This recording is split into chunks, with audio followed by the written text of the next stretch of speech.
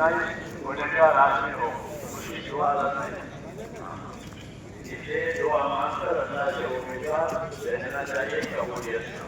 اللہ سے دعا مانگیں، دعائیں یاد کریں. رسول صلی اللہ علیہ وسلم نے ہم کو دعائیں سکھائی تھی، یہ مانگو یہ مانگو یہ مانگو.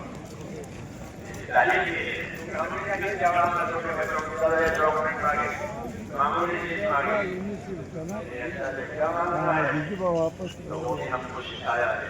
نبی اپنی دعوت میں بھی نبی ہے، نبی اپنی دعا میں بھی نبی ہے. اس لیے آپ کی دعائیں سیکھتے ہیں، آپ کی دعاؤں سے دعائیں مانگتے ہیں اور امیدوار رہنا ہے کہ اللہ تعالیٰ اس کو ضرور قبول کریں. یہ دعا مانگا کریں. دعا مانگنے کا طریقہ بتایا ہے. یہ دعا مانگنے کا کیا طریقہ ہے؟ دعا مانگنے کا طریقہ یہ ہے کہ وہ تو قبول ہے. اصل طریقہ اس کا